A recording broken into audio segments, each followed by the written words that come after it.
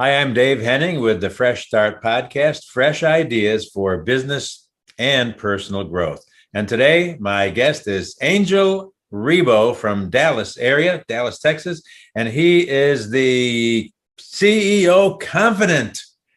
Exactly. Welcome, Thank you. Angel. Welcome. Thanks for being You bet. Of course. Thank you very much for having me, and thank you everybody who's listening to us today, David. Well, the CEO Confidant influencer, a LinkedIn strategist, international V host. What is a V host? TV host. Oh, I'm sorry. I dropped the T. Sorry. It's okay. It's fine. Yesterday, I dropped coffee all over my lap while I was recording. So I had to, the show must go on. So I just kept talking. I agree. That's funny. You were born near Barcelona, Spain. That's a beautiful place. Tell me about that. Yeah. So basically, I was born in a city which is 1 hour away from Barcelona. It's still part of that region of Catalonia that probably you're familiar with. Yes. I was born in a middle class family. I was really blessed that since very early on, since fourth grade, I started learning both English and French. And at the end of high school, I was able to, I was extremely fluent with both of them. When I chose where I wanted to go for college, I wanted to become a computer engineer. So I had to go to Barcelona with 17 years old. And actually, I have, relatives all over Catalonia, let's say, in different provinces in there. And my life has always been, I would say, it's like I was preparing for something internationally. Because also in college, one of the first things I did in college with 17 years old, it was actually start being the president of an international students association, which allowed me to have 3 different internships throughout my studies for several months in several, countries in Europe. So very early on, I was I was directed in that direction. I was going into that direction of having an international life, an international experience. And my brand, the CEO Confidant, I came up with the concept when I left corporate America in 2016, because I started to count my blessings of my life, and I realized that I had worked with more than 1,500 CEOs throughout my career, helping their companies and helping to grow their businesses. And then I said, well, why not using that term? And I looked for it. It wasn't protected, so I took it, and the rest is history. So I helped more than 1,500 CEOs in 33 different countries for the last 20 plus years. Wow. And yet you look so young. Thank you. Let me tell you why. Excuse me. The reason why I still look young, besides being extremely passionate and enthusiastic and pretty an upbeat guy, I take a cold shower every single morning. I've been doing that for the last probably 5 years, and time flies. So it's a habit, and everybody who takes care of their skin this way, I think that helps with their skin also. I use really only like natural tested products for my skincare. I don't know, I think that the energy that goes inside of me helps me to keep all my cells young and rejuvenated. I was just telling Dave before the conversation that I used to go to Costa Rica a lot. Unfortunately, I was not able to go to the beach, not one time, although I had visited Costa Rica, I don't know, maybe 30, 40 times. But I'm sure that I will have the opportunity to go like on a different kind of trip, and to go to one of the many rejuvenation centers and experiences that you can have in Costa Rica. Just a heads up, top secret, I'm working on a project here where I can bring in people like yourself, some CEOs, and have actually a mastermind kind of a special exclusive retreat here in Tamarindo, and they can enjoy all the amenities here in between, whether they want to go horseback riding on the beach, or snorkeling, or deep sea fishing, sailboats, or whatever they want to do in and around having some kind of a really special, unique, exclusive retreat for business owners, entrepreneurs, and people like that. Excellent. If you're a praying person, you can be praying about that, because that is going to happen. Awesome. Thank you. That's wonderful news. And obviously, anybody that tells me that they would like to have a special experience, I will definitely let them know. Thank you for sharing that. I didn't know that before. Oh yeah, absolutely. Well, I have these little cogs wheels in my head that keep on turning and spitting out ideas. Cool. And as you know, as entrepreneurs, some fly and the same way. Some crash, some fly. Exactly. I agree with you 100%.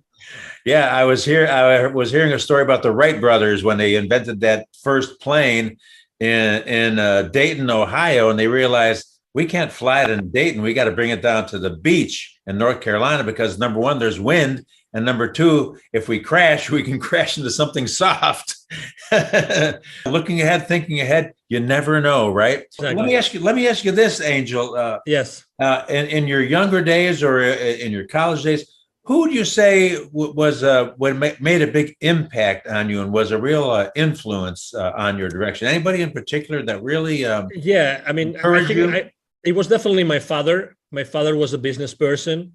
I would go with him all the time, every single weekend, if he allowed me to go with him to the different, plans that he was overlooking. He was the general manager for a group of food companies, and I would always go with him during the summer. I would actually work for him in one of the different plans that they had. I was actually boxing rainbow trouts in one of his fish farms in the north of Spain for so many summers. I studied computer engineering in college, but my first ever assignment, real professional assignment, was with my dad. He hired me to actually build a basic language, right? A basic language inventory program. So I could actually help one of their companies with the inventory, one of the fish farms with the inventory. And actually that software was written, again, coded in basic language, basic programming language, right? Was there for many, many, many years. And again, keeping the inventory of every single pond and areas in that fish farm was challenging. So that was something. So definitely it was my dad, definitely by far. Yeah. Oh, that is so awesome. As my friend John Maxwell always says, leadership is influence. And so your dad was a great influence on you and totally made a difference. Obviously, here it is years later, and it's carried through till now and affected everything you do, it sounds like. Fair enough to say? Oh, yeah. Because also he is both my mom and dad still alive in Spain, despite everything that's going on in the world, right? He's being in a good mood most of the time. His passion, his enthusiasm, I definitely inherited that from him. Like always looking at the positive side of things it's definitely something. Trying to always bring, understanding and connection among different family members and people. That's always been him. Always. So, and I think that I definitely, I have a lot, and something that's really interesting. It's funny how, although my mom is a teacher, is a school teacher, my dad really didn't ever have a formal education. And it's funny how he reached, really, high levels of success, like in financial terms or in business terms, but he never spoke any foreign language. But he was visionary enough. Both of them were visionary enough to immediately, as soon as they could, to put me through both English and French, because that was at that side of Spain we could only learn French in the school, given the proximity to the French border, but also at the same time on a private school to learn English. And that was really uncommon.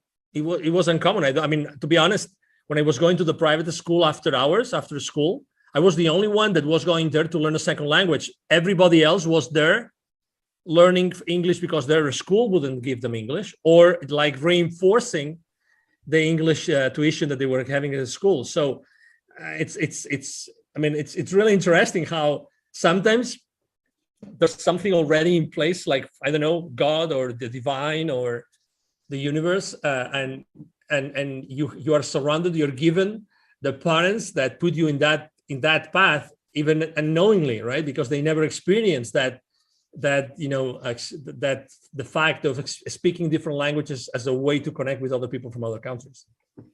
Yeah, so that is amazing. Yeah, as you say, I've told people even on the street, I don't believe in coincidences. I believe in divine appointments.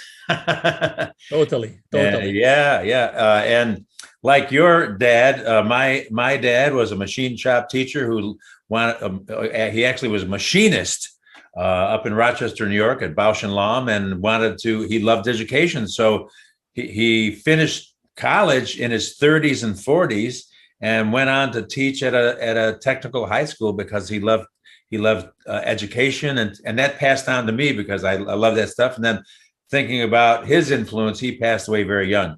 But all of my family, all the way from my Italian grandparents on down to both my brothers and sister-in-law and everybody, all entrepreneurs, business owners that started their own businesses. So I think that rubbed off a little bit on me, maybe. I love the divine appointments concept. I really love it. I'm going to use it moving forward. Really like it. Yeah. I mean, sometimes you call it, synchronicities or serendipities. Yeah. But it's definitely, it's things that they're going to happen anyway, sooner or later. They're going to happen anyway.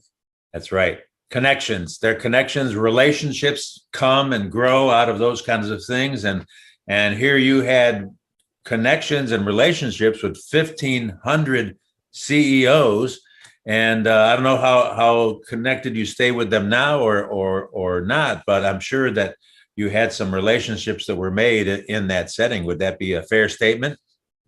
Yes, I have relationships that I developed at that time, and also, when you start your own path, as a professional, as a consultant, in my case, I was very respectful with the companies that I had generated the business with, but at the same time, there's something which is, besides, let's say, we were talking about foreign languages as a way to connect with others, right?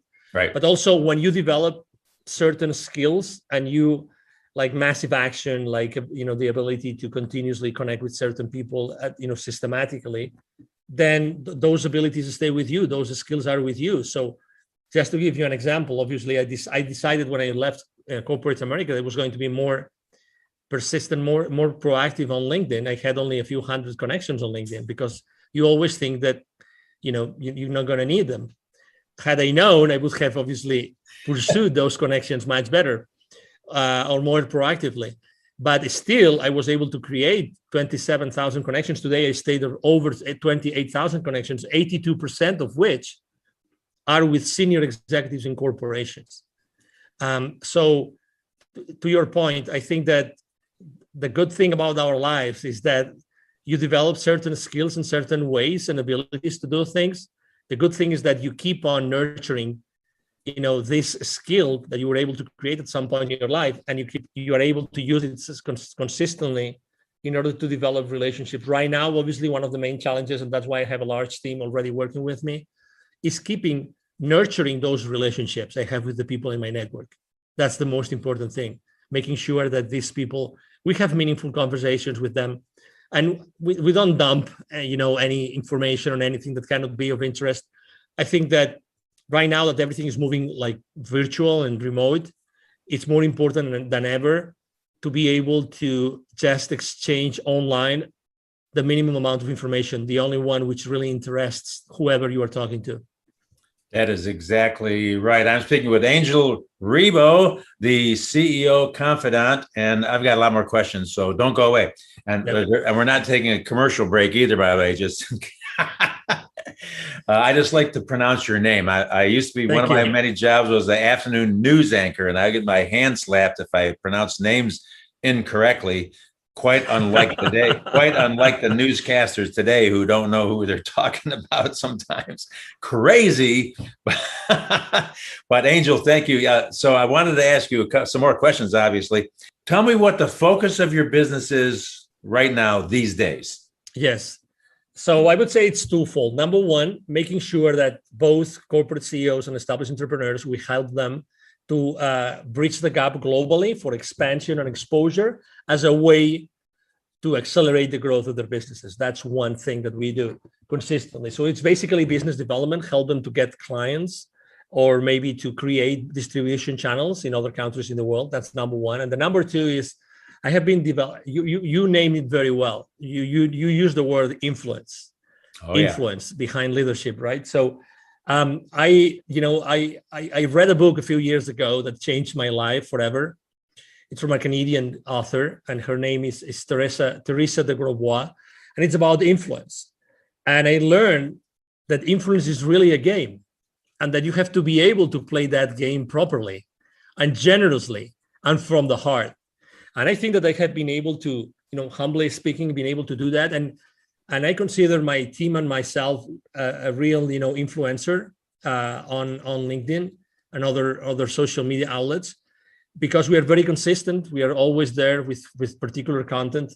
It's always, positive content, trying to make sure that we are current, that we're talking to the audience that we talk to. So we use our influence, large influence, to help others have more visibility for their products and for their services. So we are actually engaging both with brands and companies in order to put their messages, their services, their products, both B2B and B2C in front of their audiences. Those would be the two main services that we provide today. It's so much more important today that to have a focused approach rather than just kind of I was talking with a gentleman the other day on my interview that it doesn't matter if you've got 1 million followers if they're either not your customers or your competition.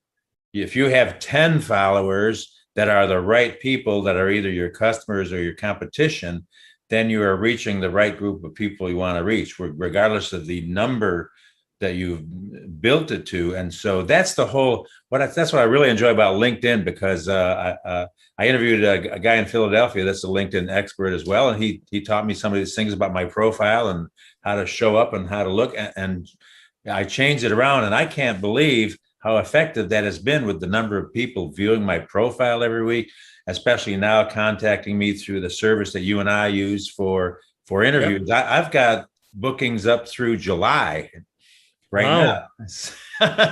Congratulations. It's just me, just plain old Dave. So good. So tell me, what is the Board of Evolutionary Business Council?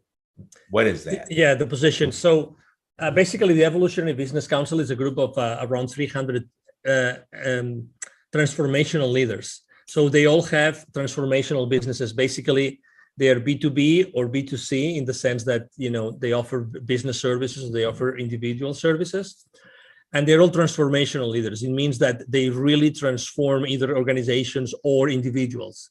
They carry those individuals or those organizations through processes that allow them to achieve different levels of performance, of wellness, well-being, etc. So they are, again, people that they have this in common, but also they have large following. So they have large influence levels, all of them.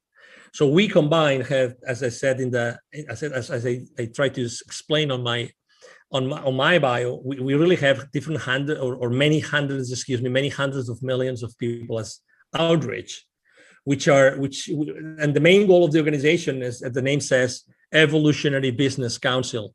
We believe that there's a better way to do business, and we believe that different areas in society need to change, and we want to be the changers.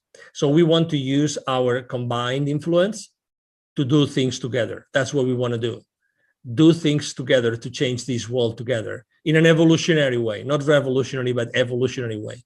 And it happened to be at the board of that organization. I've been there for a couple of years, and that's what it means. So basically, I'm blessed with being at that level to help the organization as much as I can. That is very awesome. I like that concept of evolutionary rather than revolutionary. However, I happen to be a revolutionary. I didn't march against the Vietnam War or anything like that, but I started my own revolution. I call it the encouragement revolution. That's cool. I think that the book that I wrote was all about the power of encouragement and how we can actually learn concepts of how to encourage people with whatever their level in life is, and just put a spark of hope, put a smile on their face. Just simple things that we can all do every day if we're paying attention. And that's the key, is that to be attentive. So that's my revolution. You got your evolution, I got my revolution, and it's all good. Absolutely. It is all good. And you just tapped onto something which is really important. If you realize there's so many things that are distracting us today, and it looks like the system wants to distract us, and they want to pull us in so many directions, so we cannot focus really on anything. And I remember watching this movie. It's called like The Social Dilemma. Yes. Okay, if you probably watched it or seen it. It's funny how they explain, the former executives of those social media companies, they explain how the main role is to distract us and to make sure that we continuously consume content that they put out there. So I think that obviously, I mean, we all like, I think that the main lesson to be learned there is that, be wise with the use of your time and keep on using it to find, businesses, which I do. I found a lot of businesses on Instagram and Facebook and on LinkedIn that have served me, and that's very good. But at the same time, just be mindful of the time you spend on those social media outlets. Yeah, there's a certain waste factor involved. You can really waste time very quickly and get, literally consume your day and get way off track from your focus. So it's something to be aware of and to take responsibility for, each of us individually. Yeah. And I think people are catching on, and to a large degree, people that I've talked to, that they're saying, yeah, I really need to, not just go off in la la land. How many cat videos can you watch? Exactly. And in addition, this is very exciting because I love the charities that I work with and am involved with. My son had cerebral palsy, and so I'm very interested in the disabled community, and I'm on a board of directors in San Jose, California for disabled adults, and as well as another organization for disabled high school kids. So I'm very interested in that. I have a passion because of my experience of having a special little boy that was a sweet little kid, and he only lived about 5 years and passed away on Easter weekend, and his sister was born 3 days later, ironically enough. So that was some years ago, but now, I've got a bunch of grandkids now, and my children are all healthy. So that's wonderful. But what you are doing, Wisdom for Kids. Tell me about Wisdom for Kids. I like that.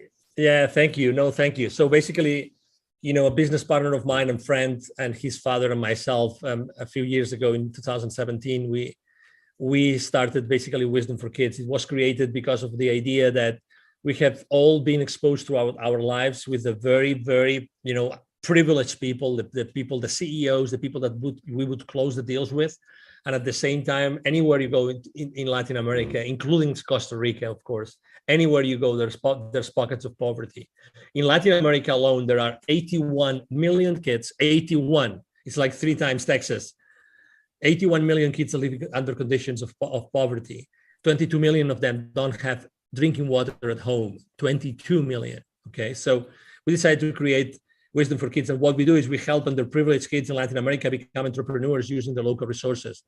I think that, and it's very important, these last 3 words, using their local resources, because it's important to help everybody. It's important to help the people in the urban areas, in the suburban areas, but also people in the rural areas and in the indigenous communities. And depending on where you go, the levels of poverty is different. Actually, the further out you go from cities, from towns, the more poverty there is. And the maximum, the peak is with indigenous communities. I mean, they have like a 95% of the kids in the indigenous communities live under the threshold of poverty. And that's like really crazy. So we launched it after a couple of years having, a very thorough, like, how to say this, we had a couple of PhD students working actually in the concept. How could we develop a workshop that we could impact the kids, and with every single activity that we would carry in any particular territory, that this web workshop would resonate with the kids and would stay with them.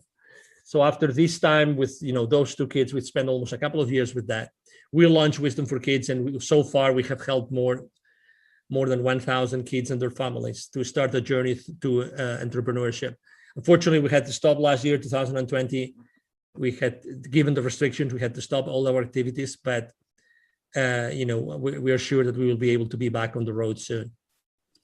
That is outstanding. And we have a similar concept at our schools that we've been building in Kenya for years amongst the Maasai tribe, is using their own resources. So we really have focused on using, even in building the little school campuses in these little villages, using local builders, local well diggers. They don't need us to come over there with our hammers and do all that stuff, and with a high unemployment rate, as well as some training for the women who have built beautiful co-ops, entrepreneur co-ops, creating things and getting these micro loans from the bank there. And it's amazing when that kind of thought process is offered and trained and shown to people. Exactly. There is a level of excitement that can happen among individuals where they can see to a degree the way out. But you hit it the nail on the head. I was just talking about hammers. You hit the nail on the head with local resources. I'm impressed with the entrepreneurial mindset of people that don't have water or electricity, but they all got cell phones. Yeah, that unfortunately, yeah. I mean, that happens, and that shows you also. I mean, we're not there to fight, right? We're not there to fight against any culture, any habit, right? It's just what it is, and actually, it's a very important point for us, which is we're not disruptors. We just go there in order to support, in order to empower the people. Yes, and to empower the people that want to be empowered, because at the end of the day, we know that even though we developed, very powerful workshops, at the end of the day, also, it's the parents who are going to decide if this kid is going to do something, the parents or the tutors, right? Because depending on the type of community, unfortunately, the families are not, let's say, properly structured. So the kids don't have the proper support. And myself, I have myself been also involved in many different initiatives regarding special education kids. So I have encountered, and you probably have done the same thing, have experienced the same kind of situations that, special needs kids of, yes, of any origin, right, when they live under the threshold of poverty, their chances of succeeding are so remote. Really, it's like, so that's why there's a specific things. And we started to partner up with other kinds of nonprofits, so that they could actually bring additional support to the areas where we go. And I just, for instance, I remember I gathered a group of kids outside an indigenous community, and I started reading them a book in English. They loved the pictures. They couldn't read in English, but I translated it into Spanish. And one of the kids that was around was next to me. He had issues with his eyesight, so he couldn't read. And you could see him, yeah. And just with a surgery, that's in a matter of weeks, he could be completely healed. So I know that his future is unfortunately challenged and jeopardized because of the origin of his family, yeah. Right? And his mother was actually literally selling, ice cream or popsicles, not ice cream, popsicles outside a particular area that was from time to time visited by tourists. So, it's extremely important that we bring awareness to what's going on in these areas, in these territories, because other people can actually help and partner up with us and do much more, so much more. Outstanding. Thank you for sharing that. Of course. How can I help you, Angel? How can I help you? Is there a website that I can refer to connect you? What can we do for you today? Yes, absolutely. The easiest way, I always try to only give like one next step, so it makes things much easier. I'm going to share my direct email address also, because it's not only like supervised by me, but also by my team, so we don't miss any message. And it's very simple. My first name is Angel, Angel. My last name is 𝐫𝐞. It's 4 letters, R-I-B as in boy, O. And my email address is angel@angelrebel altogether, angelrebel.com. If you write me an email there, I will be able to, direct you to do whatever you would like to do with Wisdom for Kids or with my own consulting business. Perfect. I love simplicity. Although Me for some too. reason I have 4 email addresses. I don't know what's wrong with me. Angel at angelrebo.com. That's RIBO. And also, as you may or may not be aware, I always ask this question because I do. And that is, I know you did the fish thing, the trout ponds. What was the very, very first job you did when you were a kid? Anything at all? I think, really the first, I mean, besides the boxing rainbow trouts on those white boxes, so you could pour ice on top of them so they could be sent to the local market. That was quite an experience. And I still remember how much I was being given for every single box I was boxing. That's funny. And the coding, probably after that was already when I went to college. Actually, I started to work, in Europe or in Spain particularly, things are not as structured as here in the US. So to get a job while working, it's very difficult. And I was able to actually, through a friend, to get a job in the same school, in the same computer engineering school. So I was always working at the same time. And there, what I was doing, and you will remember those old, programming, those like Office applications, Word Perfect. Do you remember Word Perfect? Oh, yeah. Do you remember Lotus 1, 2, 3? Oh, yes. And DOS, DOS, exactly. Disk operating system. So I was the guru in that particular university. And in my school, I was the guru of Word Perfect.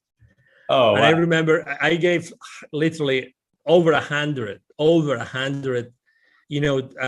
trainings to the administrative staff of the university. So I had a lot of fun. I mean, I think I've always wanted to, for money or without money, but I've always wanted to serve, and I've always wanted to like be a little bit ahead of my own game. So that's a great question, because typically we not always think about how to generate wealth, and also how to sharpen your own pencil, right?